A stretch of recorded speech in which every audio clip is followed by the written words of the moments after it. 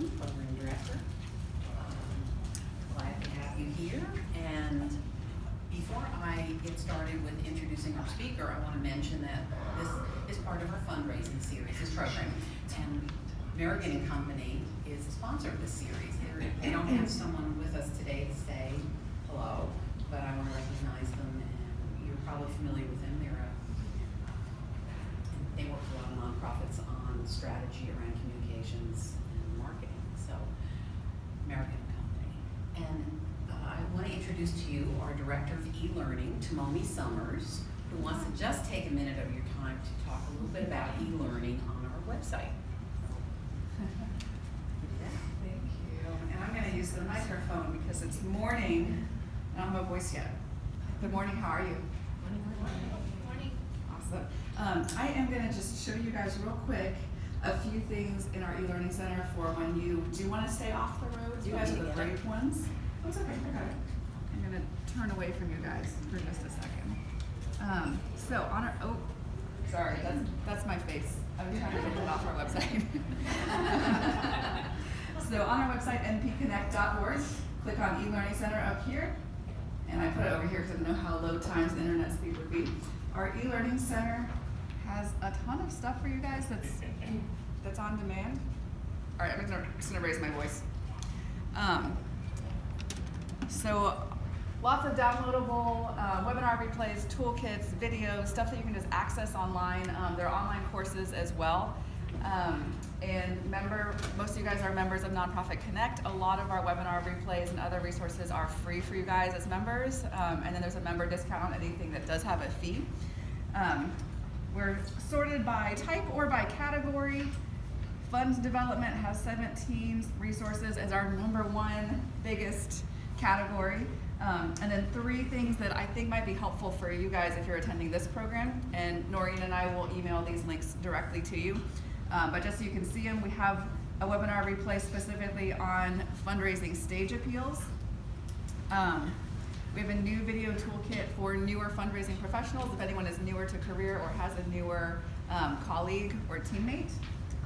And then we also have a webinar replay specific to getting more people involved in your events who may not actually attend in person or who may not be your bigger ticket donors, which we're going to dive in deep today. But these 3 links we'll send to you via email, but I encourage you to check them out.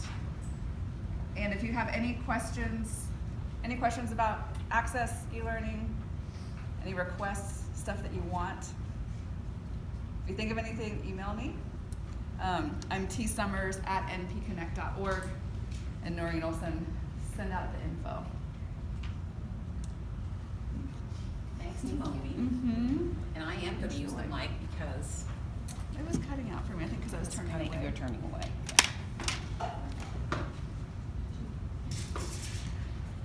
Because I have important things to say about our speaker, and I hope you all hear this, because she's a very accomplished in her field. Tricia Brower is the owner and head auctioneer of Taking Bids, Benefit and Auctions. She's a graduate of the Worldwide College of Auctioneering and a member of the National Auctioneers Association, as well as state associations in the states right around us. She has the designation of, is this cutting out? Yes, sorry. Benefit Auctioneer Specialist. It's awarded and recognized by the National Auctioneers Association and represents specific education and training in conducting benefit auctions. And the designation is only given to 3% of the nation's auctioneers, so congratulations on that. She has completed her Certified Auctioneer Institute designation, a 3-year program that is the highest designation recognized by the NAA. Tricia holds a bachelor's degree and a master's degree in business administration with an emphasis in marketing and sales. She's also a college professor and teaches business and communications courses. You are one busy lady. But please join me in welcoming Tricia Brower. Thank you very much. Good morning. She got it. Good morning. How are y'all doing? Thanks for bringing the weather and coming out this morning for our presentation. We're going to talk about how to engage donors at the $200 price point and below.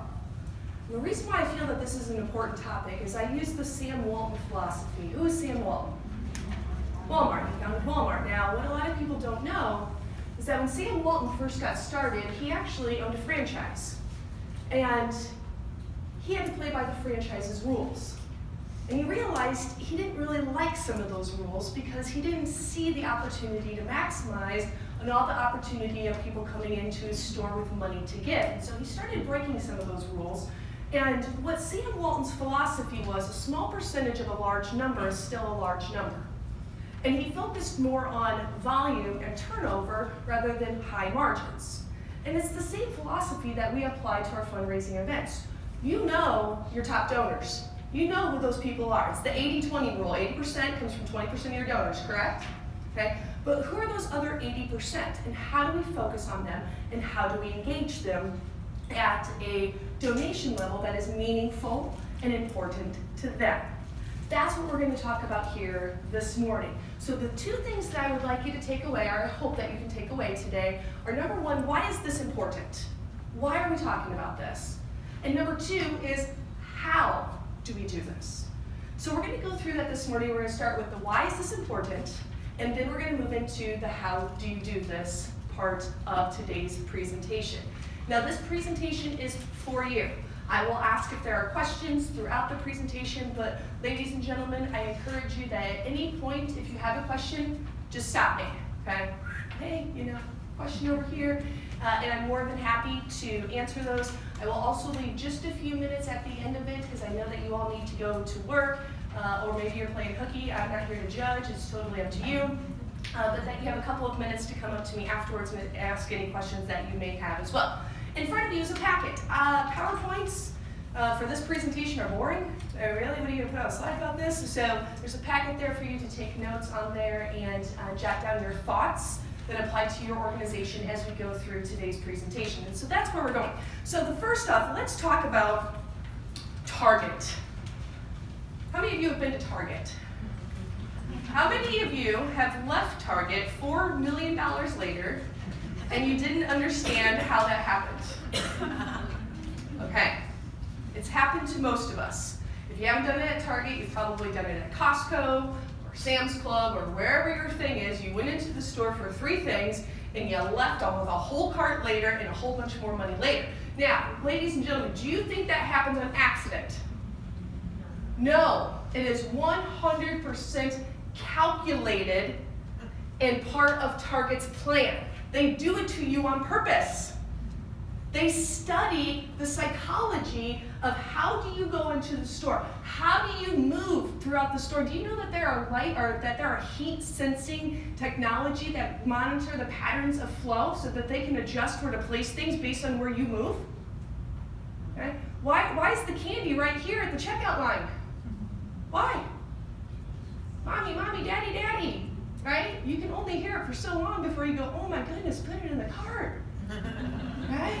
It's true. So it's the same sort of philosophies. Target understands how their consumer moves. They understand how to influence their consumer. They understand the small nuances that are going to encourage you to engage in making a purchase that you otherwise probably had not considered beforehand.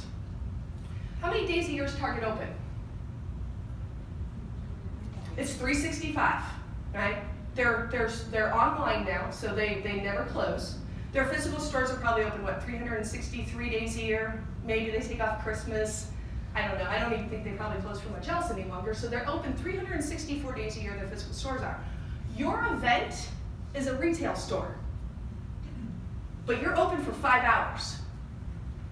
You need to accomplish the same thing that Target does, but in 5 hours, which means it needs to be well thought out, calculated, and executed. And so we're going to talk about what those components go for throughout that when we go through this. So let's start with a couple of other things. Number one is understanding your revenue streams. This is your first main takeaway of understanding how to engage your donors. Now we're not going to talk about all of them, but we're going to talk about a couple of major ones. Most events have what we consider to be 5 revenue streams.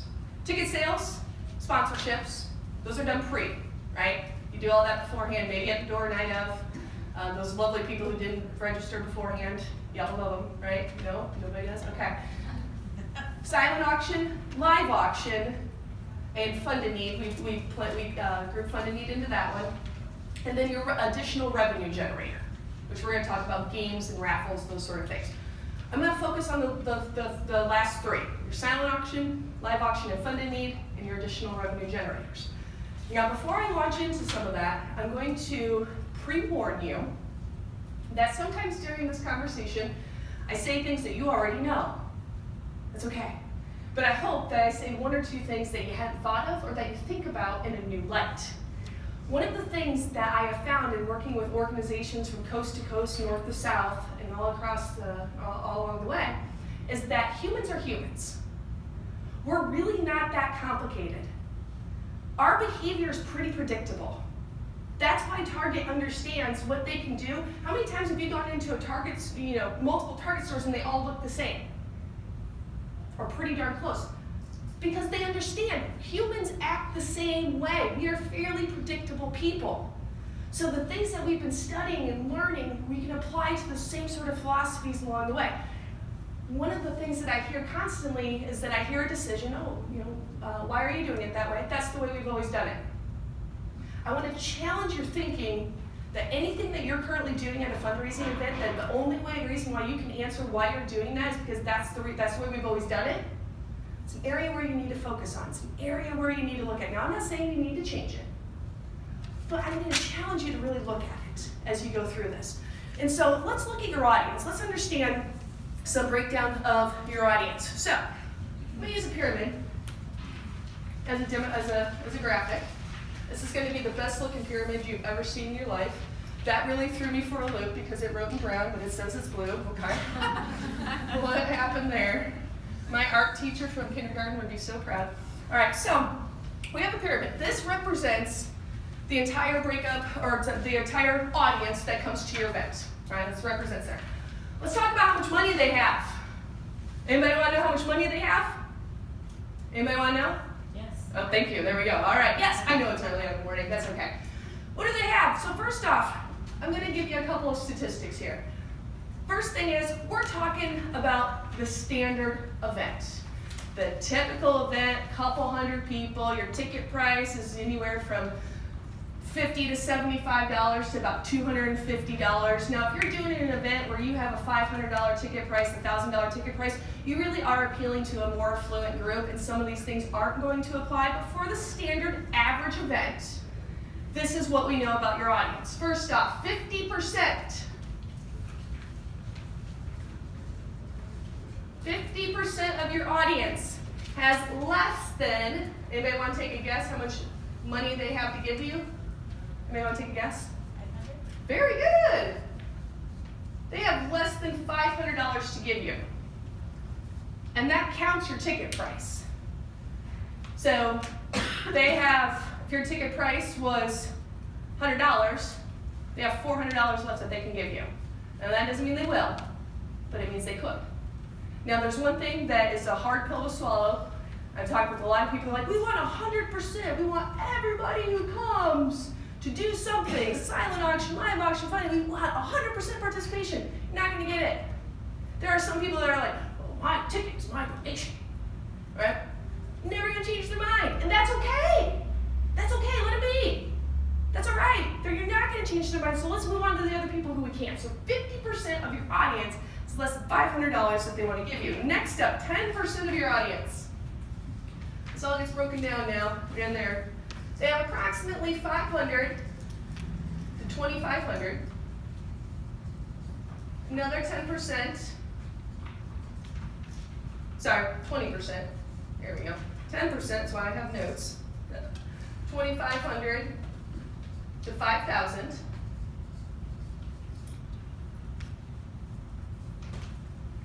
Another 10%, where they have the 5K to 10K. And the last 10%, this is where everybody who works in nonprofit world lives, this is where money's not an issue. That was a joke. There we go. All right. When we say money's not an issue, what do I mean by that? They can donate whatever they want. They can do whatever they want. Okay? They can buy anything that they want. They don't have to plan for it. They don't have to budget for it. They don't have to take things into consideration. They have the ability that whatever they feel that night is what they can do. Now, for a lot of times, we focus in this area. A lot of your events focus on this area right here, because this is where your money's coming from, right? This is what life teaches us. Focus on the 20% that makes 80% of your revenue. It's smart business. Truly is. Do you need to pay special attention to these top two tiers? Absolutely. Do these people get treated a little bit differently than these people? They do. Is that okay? Absolutely, because these people really, really, truly are the individuals who are making the biggest financial impact in your organization. But these folks down here, now let's talk about these folks down here. The 50%, 50 and 20%, right here. Your demographics of those individuals are younger than 35, for the most part, newly married, considered to be a DINK. Anyone know what the acronym DINK stands for? Double income, no kids. Double income, no kids. Which translates into a whole bunch of disposable income, FYI, that's what that means. These individuals have not quite yet found where their philanthropy mark is going to be. They are able to be influenced to become one of these folks in 10 to 15 years. That is why focusing on these bottom levels is vital to the long-term financial success of your nonprofit, because you are right, today, they may not be very good. They may not be huge, because they don't have a ton of money yet. But they're going to advance in their career.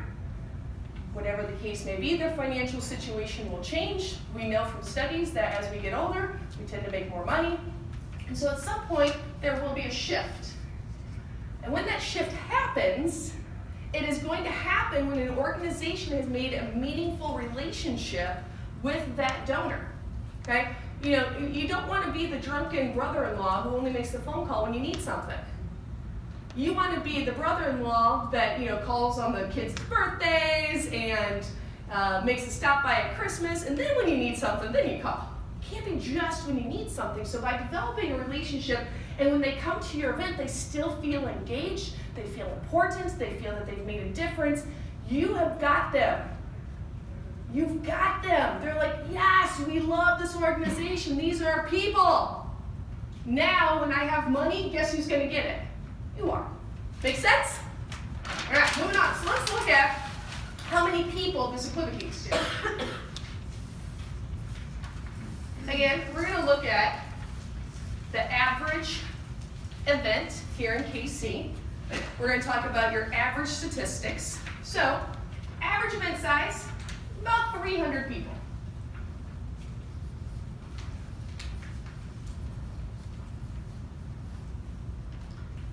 Do most people come to an event with someone or alone?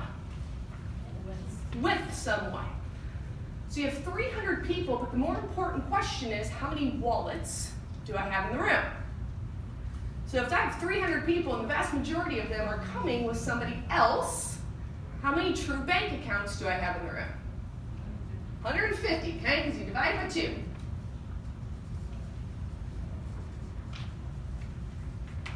That's what you want to focus on, your wallets. How many wallets do you have? This tends to be an area where people overplan on things. They think about it from 300 people standpoint, but really, husband and wives tend to make those decisions together. Wives, husbands, significant others, whatever the case may be, they make that decision together. Now, maybe the couples go get something independently, you know, somebody goes on something in the live auction, oh, okay, and then somebody bought a raffle ticket, sure. But when it comes to a lot of things, they're having a conversation about what are we spending, how much are we donating, whatever the case may be when it comes to that. So when we look at this, what that means is that 75 have that $500, less than $500, and then 30 fall into the next category. I'm not going to rewrite all the numbers. And then it's 15, 15, and 15. That's how many wallets you have in every category.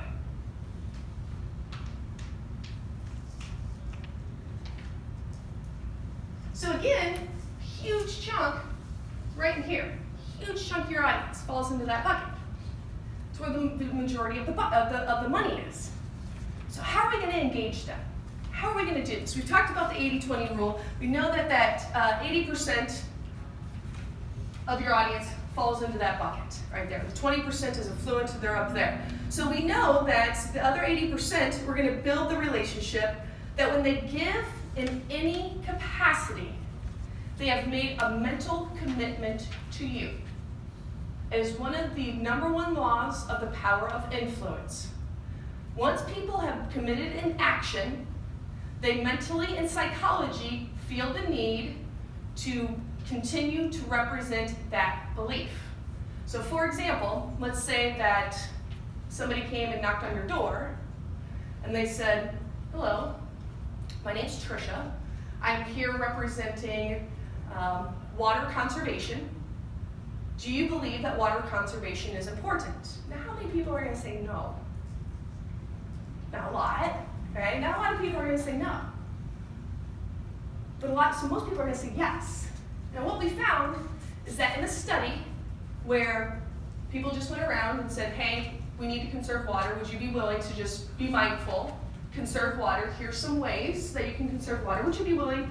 Can you do that? Sure, that's fine." Nothing changed. They monitored their water use, nothing changed.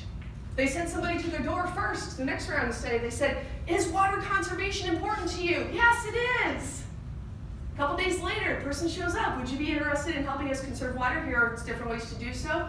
That is when the water consumption changed. Went down by 30% because they had made a commitment that this is important. The same philosophy happens when somebody engages financially with your organization.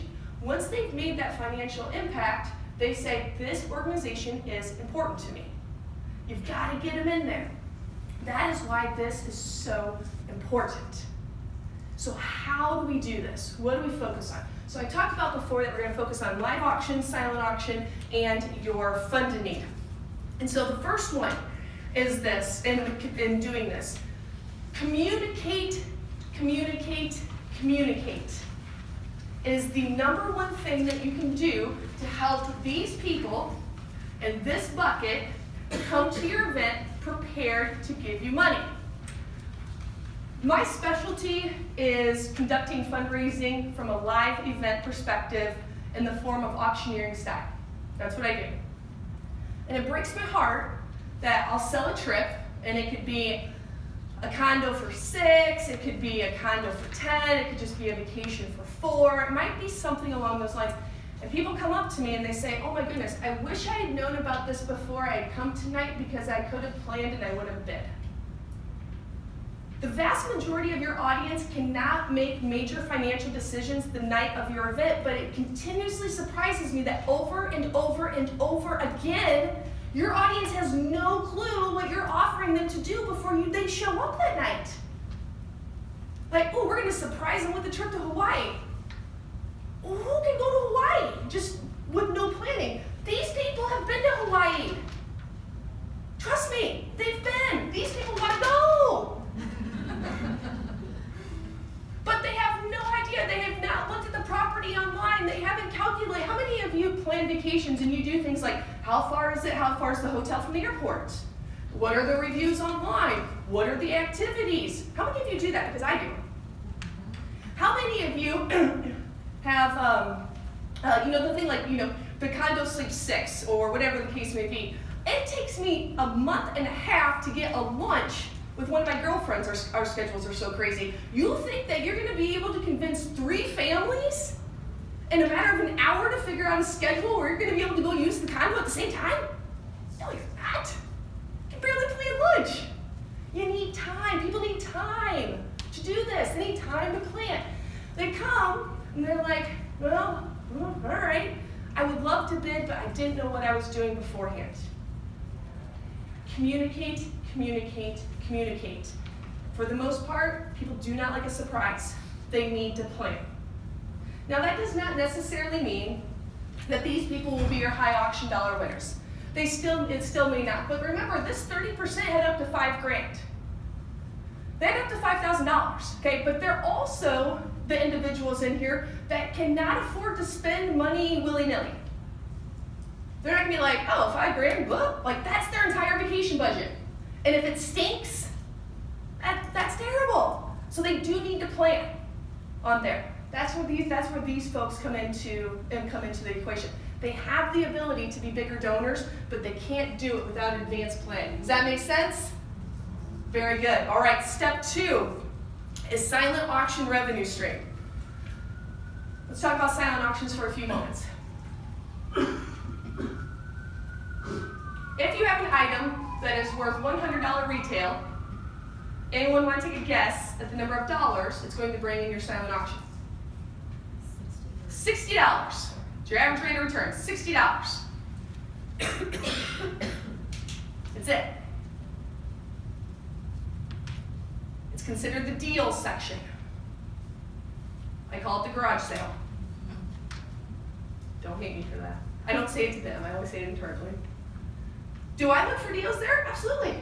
I get to do some cool stuff around here. See, I go to 50 plus of these a year. I get some good deals. It's kind of awesome, right? Because it's like, well, I'm gonna go do that anyway. Might as well help the organization out, bid it up a little bit, and even if I don't win it, at least I bid it up. You know who the second most important person in an auction is? Backup bidder. They do the price up. Always thank that person. So I want to do a demonstration of how we know some of these things to be true, that we're not that complicated of human beings. And I hope this doesn't fall flat on my face, but I need a female volunteer and I need a male volunteer. Come on up. I have my female, I need a male. There's not that many of you, so one of you has to be brave. You gonna do it, Jacob? Come on up. Come on up, Jacob. Okay. Now, wait, have you met before? Yeah. Yes. Yeah, that's right. Okay, turn around. Okay, make it. Come over here. Okay, do this. Okay, because you guys can't see me. Now, I'm going to ask them to do something. And statistically speaking,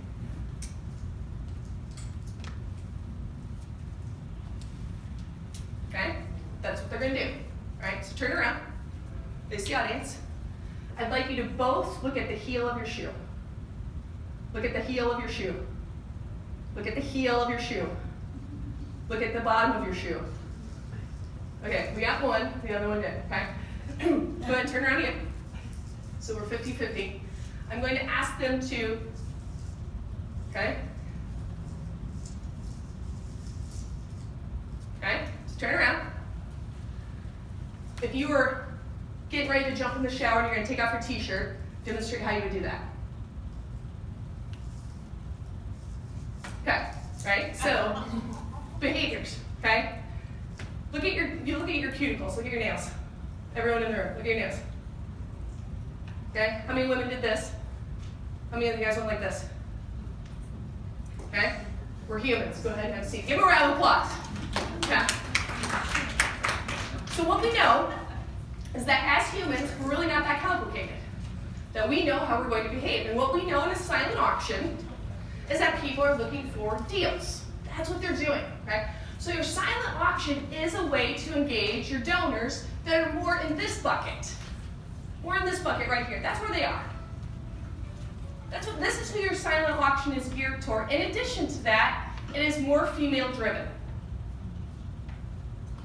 Women shop, men buy.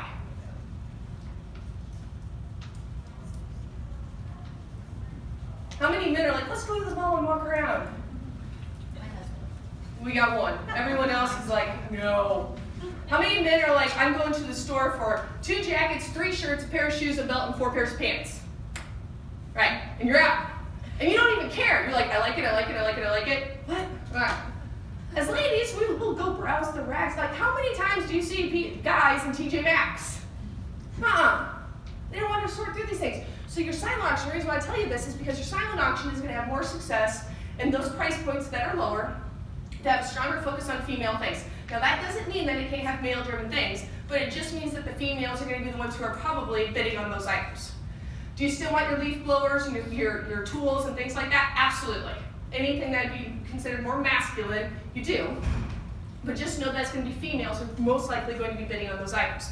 So when it comes to your silent auction, what you would like, excuse me, is that you want the items that are going to get individuals excited,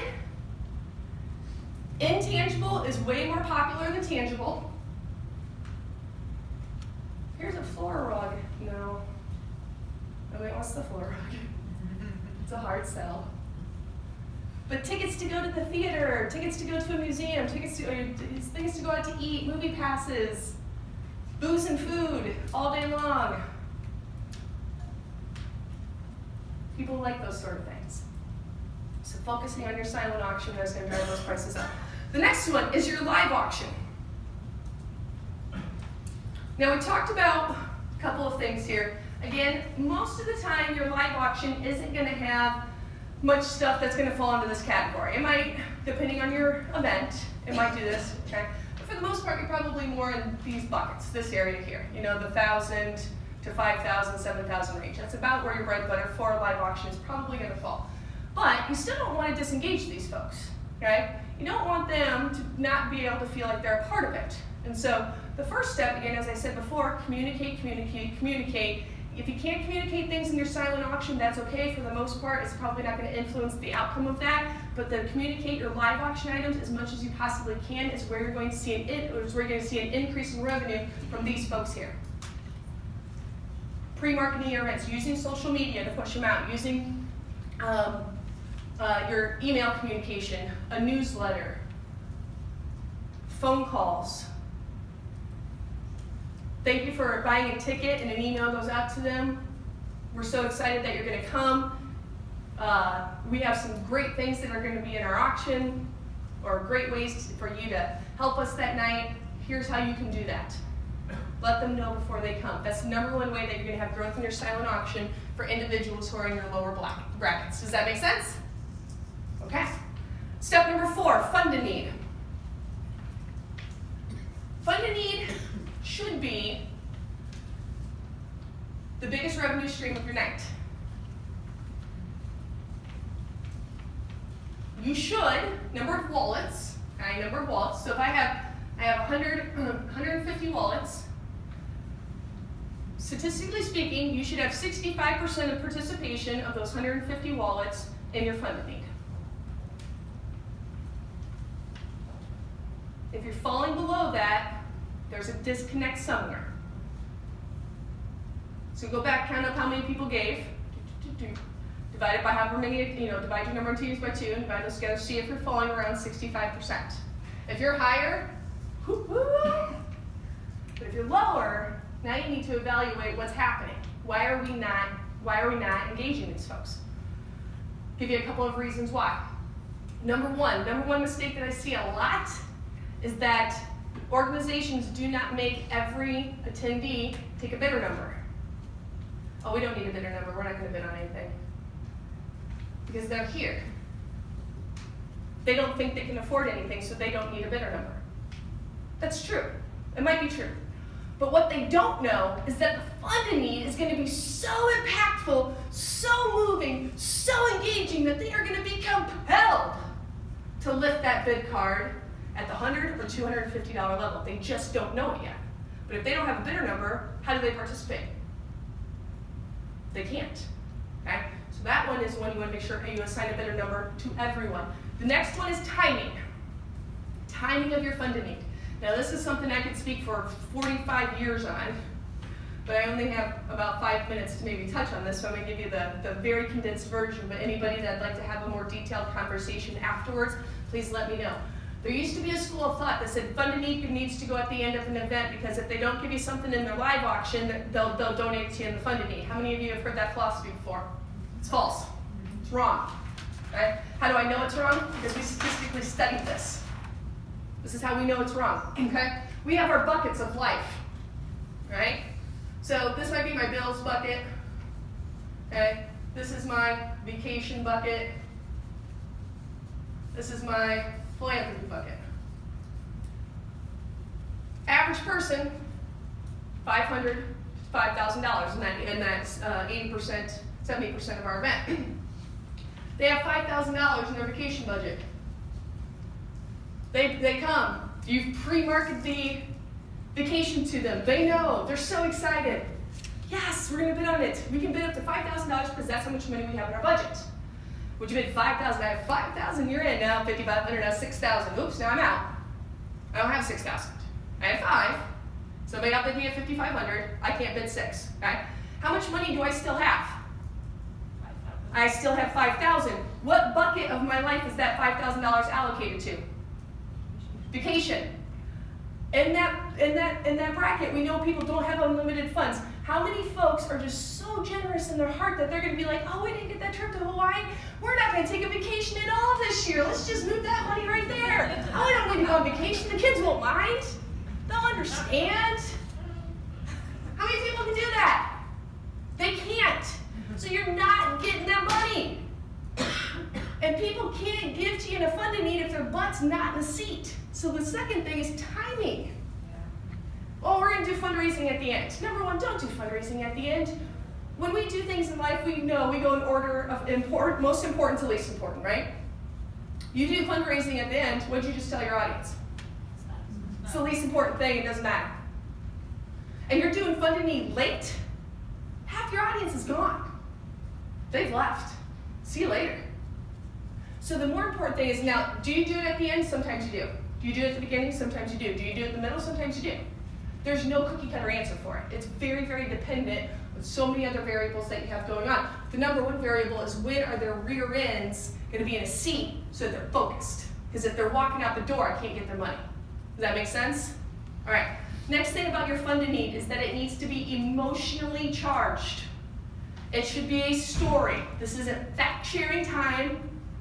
This isn't numbers time.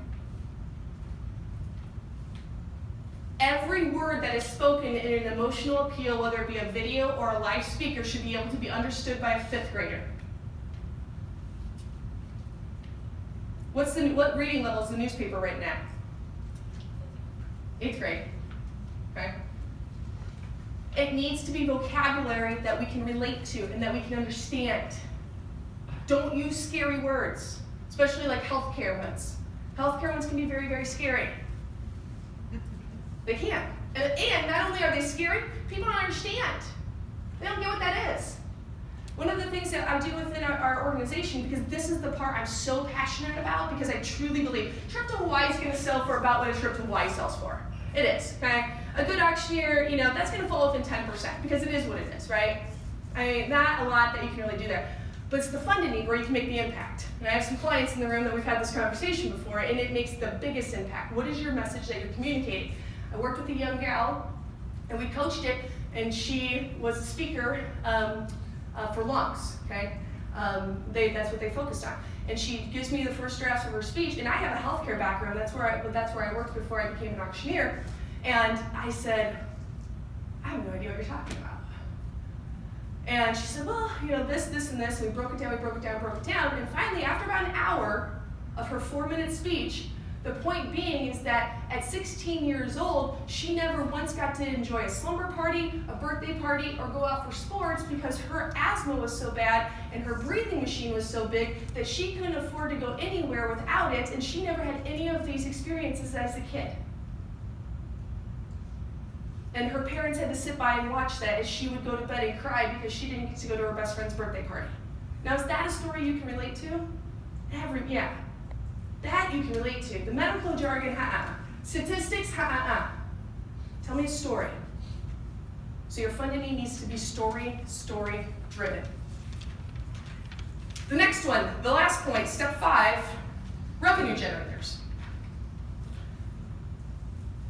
Revenue generators, more or less, it's the exact same outcome, just dressed up in a different costume. That's all that it is.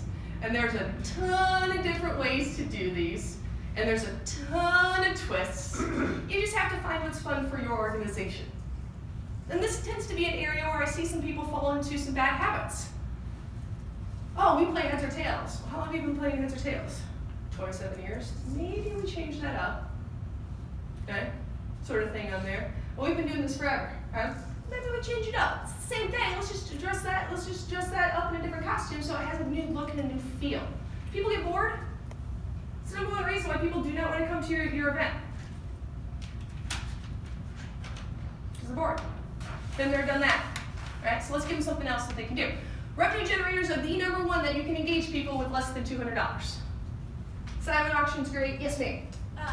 Question about like the heads or tails, something Yes. like that. So, and I assume most other events are like this too, but I work at a school and our live auction just gets so loud because, like you said, there's particular people in the room who know what they're gonna, they know Yep. what they're gonna bid on. They already know what live auction items are coming. They already know the chance of a lifetime is gonna be at the start. Yep. And into the live auction. Do you ever recommend throwing some sort of, whether it's heads or tails or some other thing halfway? No. Okay. I never do. So her question was, and I'm assuming because you're a school, you have a longer auction. Well, thank God this year we're cutting it down. To what? Well. Yeah, this is the number. 17, 16. 16, that's still long. Yeah. Okay. I'm gonna, if I have to sell her about 8 items, I'm like, what does this say? No, I'm just kidding. I love being able to talk fast on stage. But schools are an anomaly. Schools are a whole different, I don't know why y'all are, but y'all are. You don't want to break the momentum, because once you do, you can't get it back. Okay.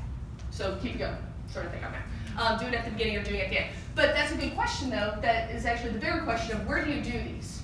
Where do you do the revenue generators? And again, it's going to be a little bit dependent, okay? Do you do them at the beginning of a live auction? I can tell you right now you don't want to do it in the middle. Do you do it at the beginning or the end?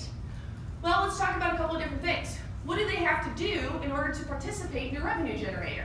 If you're doing a plated dinner, and you just sat down everybody for dinner, and now you're going to start your program and your live auction, everyone just sat down for dinner, do you want them to stand up to play heads or tails? No, their phone's going to get cold. So you're going to do it at the end when they're done eating on there. Are you going to draw for a raffle? Maybe you do that at the end. Maybe you do it at the beginning, depending on what the raffle is. Sort of thing on there. So you just use some common sense there. But I want to give you a couple of ideas. And again, take these for what it's worth. Now I have to give my disclaimer, know your state laws. Before I, end Missouri, okay, we're not here to discuss laws. Know your state laws. Everybody got it? What do you need to know? Your state laws. Okay, so a couple of things. One of the tried and true is a 50-50 raffle. What's a 50-50 raffle? The guest gets 50% of the proceeds. Yeah, you buy a raffle ticket or whatever the case may be, guest gets the prize, it's 50% of the pot. One of the things that's hardest about this is that over the years, we have hurt ourselves, and what do organizations, to some extent, expect the winner to do?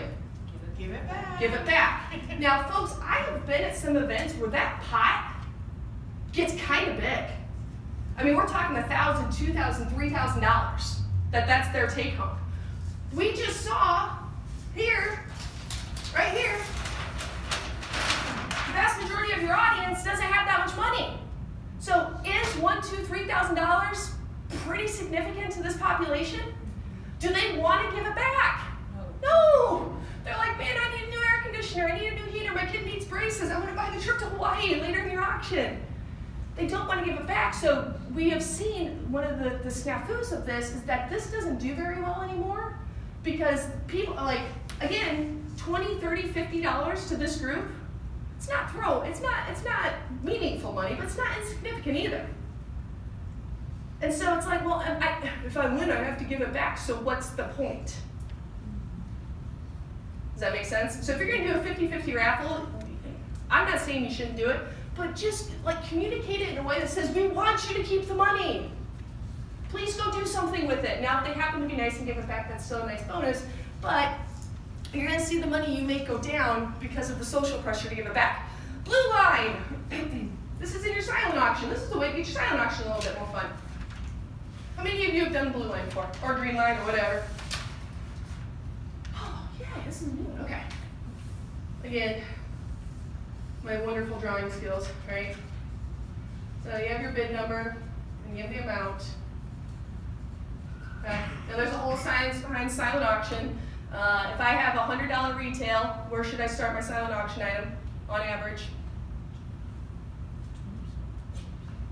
30 to 40, depending on what it is. So I'm going to start it at $30. Now, statistically speaking, you want to get to 100% retail value in about 7 minutes. Yeah, that's about how your increments should fall. So 1, 2, 3, 4, 5, 6. It's really hard to write numbers when you're counting a different increment. 7 and then 110, 120. My sheet got a little short, sorry about that. All right, so what happens, 6th or 7th line, it doesn't really matter, is you take a magic marker and you color that line in, okay? On every bid sheet. Okay, we're gonna call it the orange line now, because that's the color marker that I have. Every person who bids in this space is entered into a drawing for a prize. $50 gift card, $100 gift card. It's usually not hugely significant, but it's a little bit of an incentive so that, let's say, I'm, bidder 103, bid on 70, and I really would like to bid this item. The thought process is that, if I bid here, I'll be entered into a drawing, so I'm just going to bid this item up. Bidder 104 comes in. Now bidder 103 comes in, is still the high bidder, but I still get entered in to the drawing. I don't have to win it, I just have to bid on that lot. And what we see is about a 15% increase in silent auctions when there's an incentive here. Now when you're only making 60% to begin with and you just went to 75%, is that a significant amount of money? It can be, it really can be. But that's a good way to engage people into your silent auction. The next one being, take it now.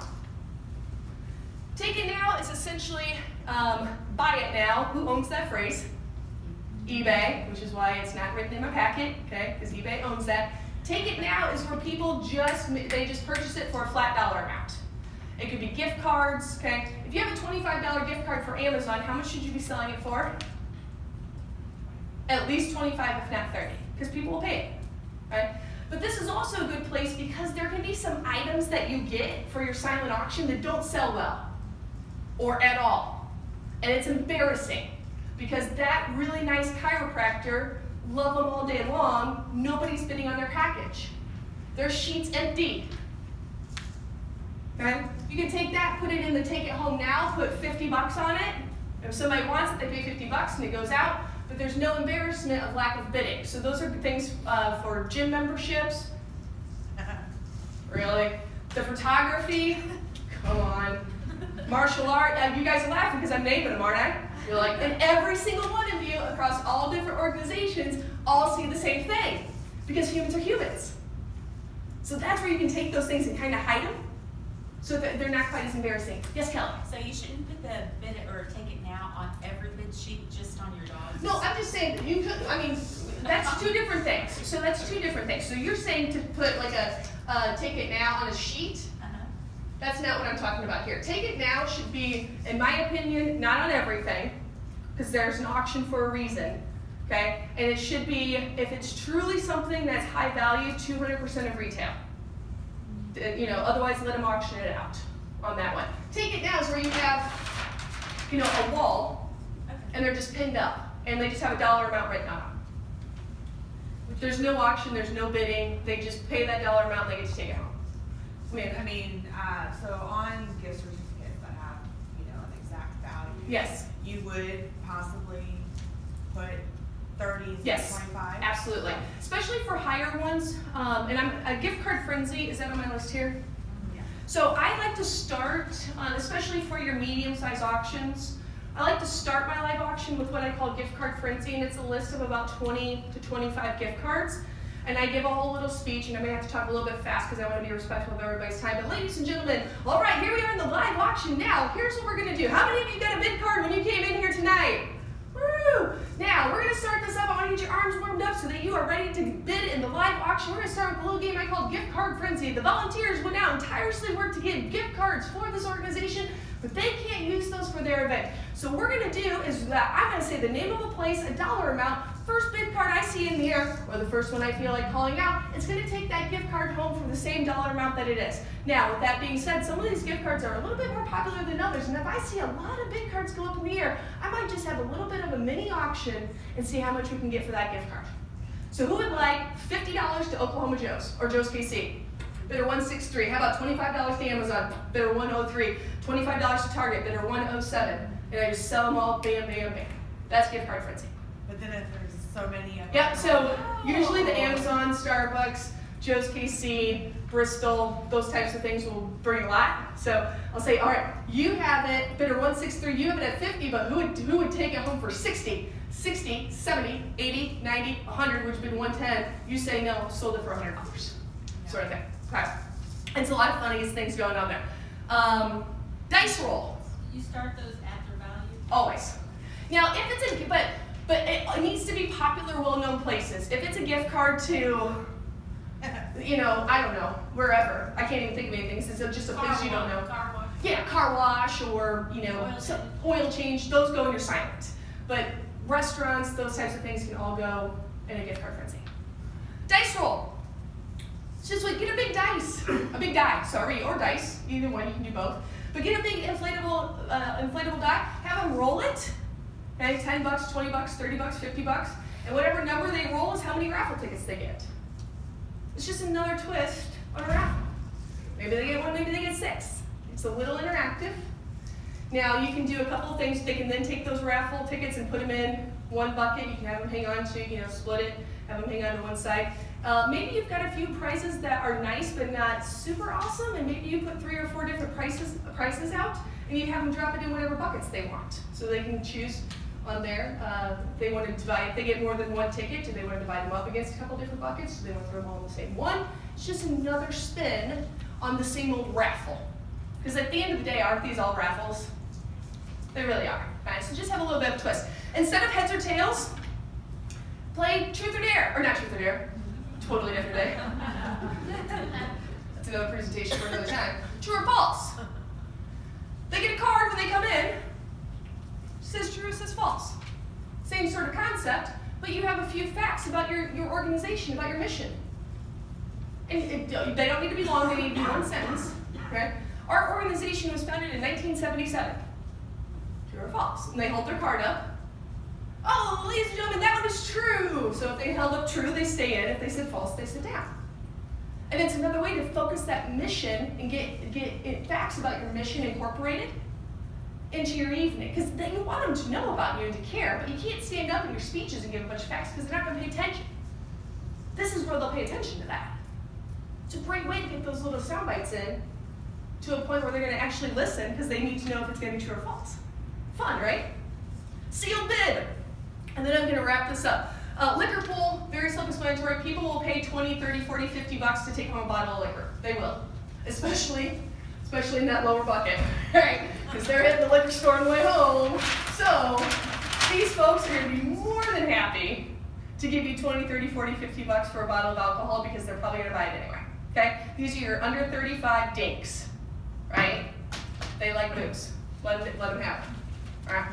So how does that work? You just have a bunch of bottles of alcohol. Some people will wrap them up, some people will number them, sometimes it's all the same thing, but it's just an equal tray. Sometimes it's wine. I prefer liquor over wine because people who like wine like a very specific type of wine. They like dry, they like sweet, they like red, they like white. But for the most part, booze has more mass appeal. So vodkas, gins, whiskeys, bourbons, those types of things, that it's going to be a more mass appeal. So they pay 20 bucks, they grab a wrapped up bottle, they don't know what it is. They draw a number 7, so they get, the bottle that's number 7. Again, know your laws, know your venue's policies, because you may not be able to give it to them at that same point. You may have to hold it back and they get it when they check out, sort of thing. But it's just a donation for a bottle of alcohol, and they almost always sell out. And then the final one, and then I'm going to let you out of here, get you out of here. I've got about 1 minute. It's called a sealed bid. Sealed bid is a great opportunity in your silent auction, not only to engage your under $200 donor, but also to protect a donor whose item you are very unsure about. I'll give you an example. A wonderful supporter of an organization donated an amazing website package to the organization. It was worth about 10 grand. Website design, blah, blah, blah, blah, blah, a bunch of words I don't understand. It was worth 10 grand. I was like, oh, who's gonna buy this? Well, pretty much has to be a business owner. Well, how many business owners do you have in your audience? We don't know. Well, how many people does it take to have a successful auction? 5. 5 interested parties. That's about how many you need in order for it to be a successful auction. Like, oh, my aunt's gonna bid on it. I'm like, awesome, who's gonna bid against your aunt? Your aunt makes one bid, that's it. You need at least 3 or 4 or 5 people to drive that up. Okay? Sealed bid, get a tall top table, fabulous website, blah, blah, blah, blah, this is great. A box that you can't see through, sheets of paper that say bid number and dollar amount. They write their bidder number, they write their bid, their max bid, they fold it up, they put it in the box, and later on when your silent auction closes, you go through your box sort them out, the highest bid is the person who wins. That way nobody sees how much it is, and for that item that you're really scared might tank, doesn't get completely embarrassed, and it protects the integrity of your donor's item on there. For the $10,000 website, our highest bid was $750. That would have been really embarrassing. Like, we probably wouldn't have even started at the silent auction at that price, right? I mean, we might have started at $2,000 or $3,000 hoping for something. Would have definitely not started that low. The guy was happy because he was protected, and at the same point, they still got $750 instead of it being a no sale, which is what would have happened in the silent auction. So you don't put the value on there? They did, because it was Okay. so high Sure. on there that we felt that it would be, but sometimes you don't Yeah. on there. You just, you know what value is? It's all about. What somebody will pay, thank you. That's what value is. At the end of the day, it's value. Right. Ladies and gentlemen, thank you so much. Before we go, remember, your event is your brand. It is your personality. Have fun. And remember, take a couple of these things. I hope that you can take a couple of these things away from you today to freshen up your event and engage your donors at a lower dollar point. Thank you so much for your time this morning. Tricia, thank you. What high energy. I'm very impressed. You woke us all up and gave us some great ideas. Thank you. I know you can hang out for a couple Yes. minutes if you guys I'm in have no rush. individual questions. Please. Yes. Okay, Yeah, thank you please again. come on up. Thank you. Thank you all for coming.